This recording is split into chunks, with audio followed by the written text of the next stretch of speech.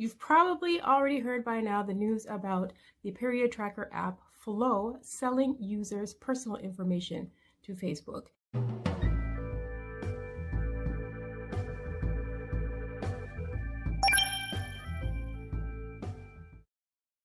Hi, it's TT here for My Sacred Blood. Welcome and welcome back to the only channel on YouTube that focuses exclusively on truly holistic menstrual care. If you haven't already done it, go ahead and subscribe. And if you're watching from the blog, go ahead and join the mailing list. And of course, share this video with at least one person who you feel will benefit from the content. To be able to create a holistic menstrual care routine, you first have to be able to understand your cycle and to some degree be able to predict it. And so to be able to do that, you first have to track your cycle. And for better or for worse, period tracker apps like Flow are becoming the more popular method for doing that. So if you haven't heard it yet, I'm going to share a little bit of this article that explains the situation with Flow, and then I want to explain why it's so important. The Federal Trade Commission reached a settlement with Flow Health Inc., the developer of a widely used period and fertility tracking app, over allegations that it improperly shared personal data with Facebook and others, including whether users were ovulating. The data shared by Flow Health often allowed online ads to be targeted to those users, despite Flow Health's promise that the information would be kept private.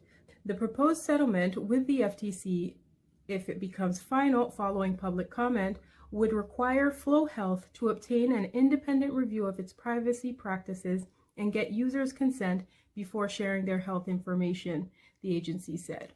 In this video, I want to examine the 5 most downloaded period tracker apps, some of their features, some of the data they might collect, some of the permissions they ask for, and then I'll offer a little bit of advice for those who'd like it on how you can choose the right one and better protect your privacy when doing so. These are the 5 most popular apps according to the number of Google Play downloads. So if you're on the Apple operating system, let me know in the comments if these numbers line up.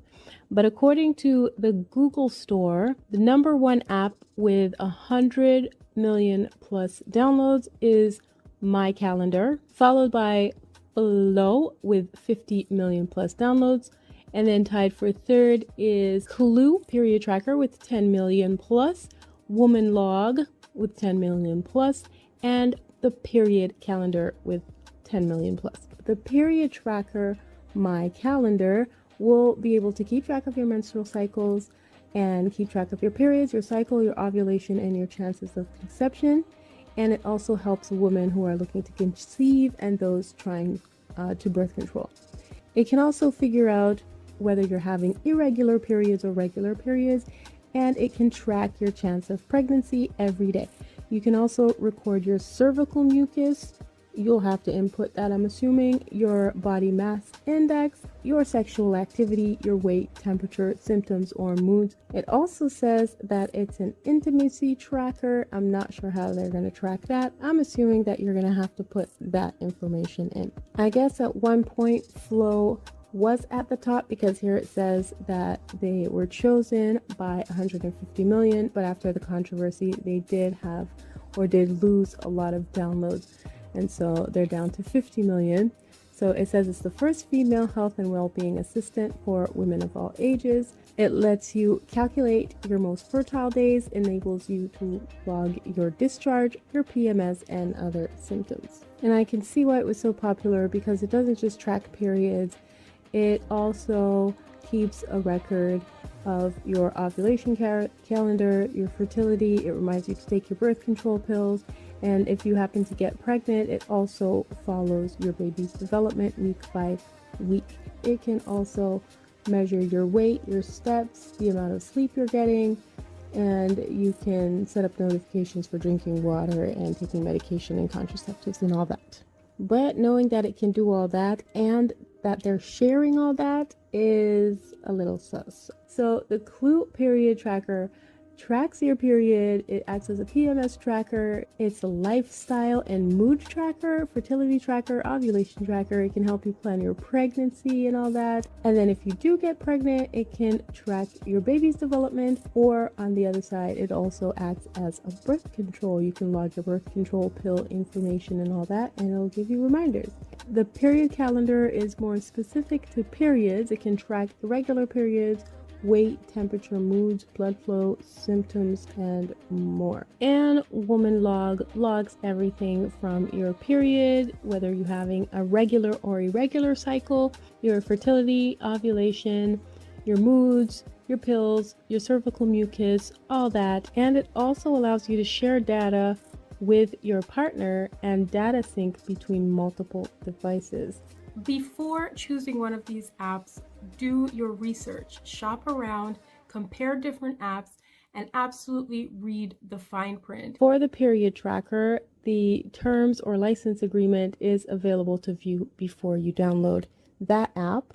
The Clue period tracker also allows you to view its terms of service and its privacy policy before you download the app. And the Woman Log period tracker also allows you to view the terms of use and the privacy policy before you download the app. In a world where information is becoming more digitized and our lives are becoming more digitalized, privacy is pretty much non-existent. We've traded in our privacy for convenience, in some cases for entertaining, and for some people, we've traded our privacy pretty much under duress. It's because we don't have any choice but to do that. And so we use these apps and, tech companies because we kind of have to now. And so instead of seeking ways to keep your information private, because we know that these companies are going to be collecting our data, whether we give them direct consent or not, and whether we read the fine print or not, we kind of are stuck in a position where if we don't agree to the terms, then we can't use the service. And if we can't use the service, then we're shut out of a lot of things that we actually need in this life. And so rather than fight for privacy, which, like I said, is non-existent, choose an app that lets you easily access your own data. The reason that tech companies don't feel obligated to protect our data is because we don't seem to want to protect it ourselves. We just click and we download these contracts without a care in the world. But hopefully, now that you know what you know now, and you understand that because our world is becoming more digitally and virtually based, it's time for you to start taking your digital existence or your digital person a little bit more seriously, and to do a little bit more research and a little bit more work, and take a little bit more care when you sign a digital contract.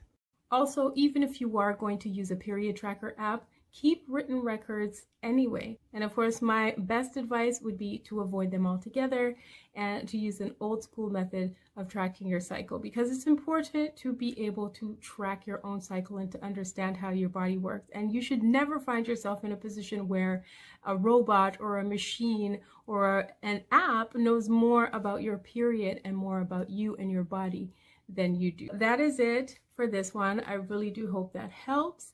Remember, I am here every moon day at noon, and that's Eastern time. So until the next one, take care of yourself.